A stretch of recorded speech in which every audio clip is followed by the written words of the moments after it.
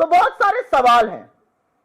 उसमें से एक सवाल यह भी है कि फिर से कटघरे में प्रधानमंत्री, वित्त मंत्रालय, सेबी, निर्मला सीतारमण, एनएससी, एसबीआई, हर तरह के एसएफआईओ, ये सब खड़े होते हैं। ये लोग क्या कर रहे थे?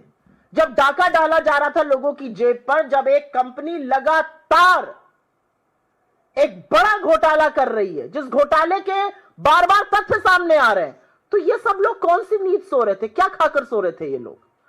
और इसीलिए यहां से सवाल उठते हैं, और ये सवाल हम इस मंच से पूरी जिम्मेदारी से उठाते हैं। ये सवाल सरकार से है, ये सवाल तमाम उन एजेंसी से जिनका काम हिंदुस्तान के निवेशकों के, हिंदुस्तान के लोगों की सुरक्षा और संरक्षण का है, और ये सवाल सेबी से है। पहला सवाल यह है कि जेन स्ट्रीट जो एल्गो ट्रेडर है, उसको हिंदुस्तान पैसा लाने की अनुमति किसने दी? क्या उसके पास प्रायर अप्रूवल था? क्या उसके पास रिक्वायर्ड परमिशंस थी? यह पहला सवाल है। दूसरा सवाल है कि जब वो बेधड़क, बेखौफ होकर अवैध मुनाफा कमा रहा था, तो उसको यह मुनाफा वापस अमेरिका ले जाने की परमिशन किसने दी? क्या यह परमिशन सेबी ने दी? क्या यह परमिशन एनएससी ने दी? क्या यह परमिशन पीएमओ से आई? क्या यह परमिशन वित्त मंत्रालय से आई? यह परमिशन किसने दी? जेन स्ट्रीट किसकी निगरानी में काम कर रहा था? एक कंपनी है जो चूना लगा रही है आम जनता को, जो बड़ा पैसा का हेरफेर कर रही है, जो मार्केट मैनिपुलेशन डायरेक्ट इक्विटी में भी कर रही है और एफएनओ में भी कर रही है। ये किसकी निगरानी में हो रहा था काम? और सबसे बड़ी बात, किसी को भी अगर लगता है कि सेबी और सरकार इसलिए जाग गई है क्योंकि तमाम छोटे निवेशकों की पूंजी स्वाहा हो गई है, इस मुगालते में मत रहिएगा। वो इसलिए जागे हैं क्योंकि इतना पैसा रिपैट्रिएट किया इस जेन स्ट्रीट ने कि हिंदुस्तान के जो एफआईआई आउटफ्लो नंबर्स होते हैं, फॉरेन इंस्टीट्यूशनल इन्वेस्टर ने कितना पैसा यहां से बाहर खींचा, उसकी पिक्चर इतनी बिगड़ गई कि सरकार को जागना पड़ा। किसी आम निवेशक के सुरक्षा के लिए सरकार नहीं जागी है। अब एक और सवाल है, सेबी ने स्वीकारा है कि ये जो पैसा है ये अवैध मुनाफा है, तो आप किस बात की खुशी मना रहे हैं?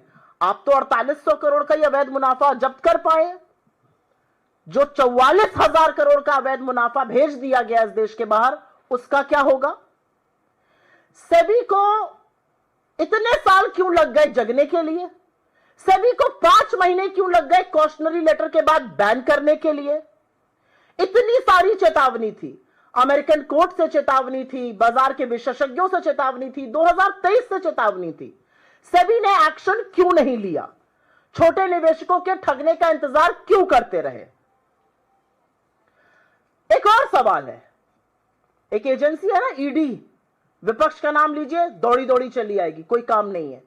ED, CBI, income tax, FIO, NSC, SEBI, क्या कर रहे थे ये सब? ये कौन सी मिली भगत है? ये सब लोग क्या कर रहे थे? ये क्यों नहीं जाग रहे थे? ये निवेशकों के पैसे के बारे में क्यों नहीं सोच रहे थे? एक एजेंसी बेधड़क, बेखौफ होकर नाजायज पैसा कमा रही है, उस नाजायज पैसे को हिंदुस्तान से निकालकर अपने देश भेज रही है, और हमारी किसी एजेंसी को भनक ही नहीं पड़ रही है। एक और सवाल है, आपको याद ही होगा 2024 के चुनाव के दौरान 2 लोग स्टॉक मार्केट गुरु बन गए थे, प्रधानमंत्री मोदी जी और गृह मंत्री अमित शाह जी। स्टॉक टिप्स देते थे, पता नहीं आप लोगों ने ली की नहीं, नुकसान ही हुआ होगा अगर ली होगी। कहते थे स्टॉक खरीद लो, मार्केट बढ़ने वाला है। क्या उनको इस बात की जानकारी थी? क्या वो इसी के बेसिस पर स्टॉक टिप्स दे रहे थे? आज सवाल यह भी पूछा जाएगा। आज सवाल यह पूछा जाएगा कि अगर वो लगातार कंपनी पैसा निकाल रही थी भारत से और हमारा एफआईआई डेटा लगातार बद से बदतर हो रहा था, तो इसके बारे में कुछ क्यों नहीं किया गया? सवाल यह भी पूछा जाएगा कि उस रिपैट्रिएशन को रिकवर करने के लिए हम क्या कर रहे हैं?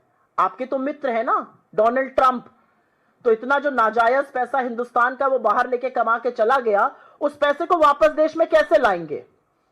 और इस पूरी हेरा फेरी में जो सबसे अजीब और जो सबसे गजब बात है वो ये है कि इस पूरे दौर में एक ही नाम सामने आता है, वो माधवीपुरी बुच जी। उन्होंने तो वो कीर्तिमान स्थापित किया कि ना सिर्फ अपनी आंखों पे पट्टी बांधी, पूरे तंत्र को ही अंधा कर दिया। पहले वो होल टाइम डायरेक्टर थी, वो सेबी चीफ बनी और ये सारा गोरख धंधा होता रहा।